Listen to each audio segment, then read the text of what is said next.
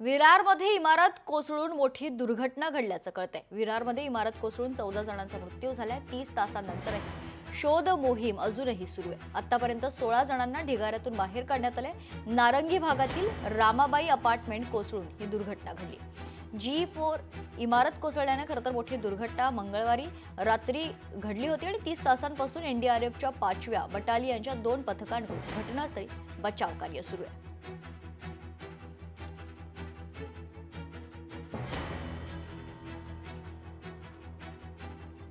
या संदर्भात सविस्तर माहिती जाणून घेऊयात। आमचे प्रतिनिधी संदीप गायकवाड आपल्या सोबत जोडले जात आहेत। संदीप, काय सविस्तर माहिती? आतापर्यंत 14 जणांचा मृत्यू झाल्याची माहिती कळते।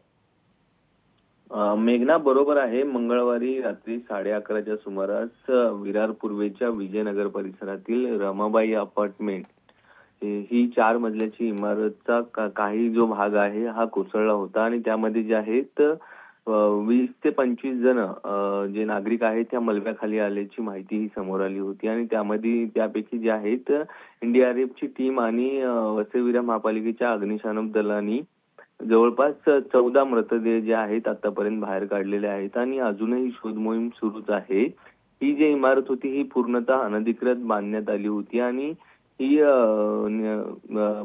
जुनी इमारत असल्यामुळे त्या इमारतीला पालिका प्रशासनाकडून नोटीस देखील देण्यात आली होती, परंतु त्या ठिकाणच्या बिल्डरांनी यावरती कोणतेही पाऊल उचललं नसल्यामुळे ही इमारत मधले जे रहिवासी आहेत आणि इमारत ही कोसळली असल्यामुळे या दुर्दैवी रहिवाशांचा यामध्ये मृत्यू झालेला आहे। एका 1 वर्षाच्या चिमुरडीचा यामध्ये जे आहे तो मंगळवारीच पहिला वाढदिवस होता आणि त्यामध्येच वाढदिवस चालू असताना जे पाहुणे आले होते ते पाहुणे देखील त्याच रूम मध्ये होते आणि ती इमारत कोसळल्यानंतर ते पाहुण्यासहित ती चिमुरडी देखील त्याच्यामध्ये मृत्यू झालेली आहे। अजूनही शोध मोहीम ही 32 तासापासून अजूनही शोध मोहीम सुरूच आहे।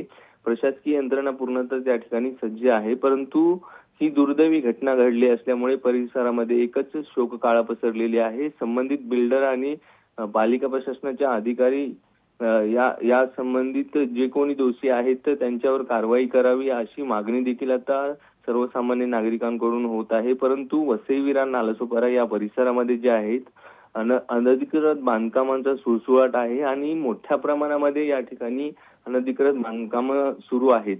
त्यामुळे जे आहेत प्रशासनाने यावरती कुठेतरी लगाम लावून सर्वसामान्य नागरिकांची फसवणूक होऊ नये यासाठी प्रयत्न केला पाहिजे आणि जे संबंधित दोषी आहेत त्यांच्यावर कारवाई झाली पाहिजे अशी मागणी आता सर्वसामान्य नागरिकांकडून करण्यात येत आहे आणि आता देखील सध्या शोध मोहीम सुरूच आहे आणि मृतांचा आकडा देखील वाढण्याची शक्यता आहे। मेघना, निश्चित धन्यवाद संदीप आपण दिलेल्या सविस्तर माहितीसाठी।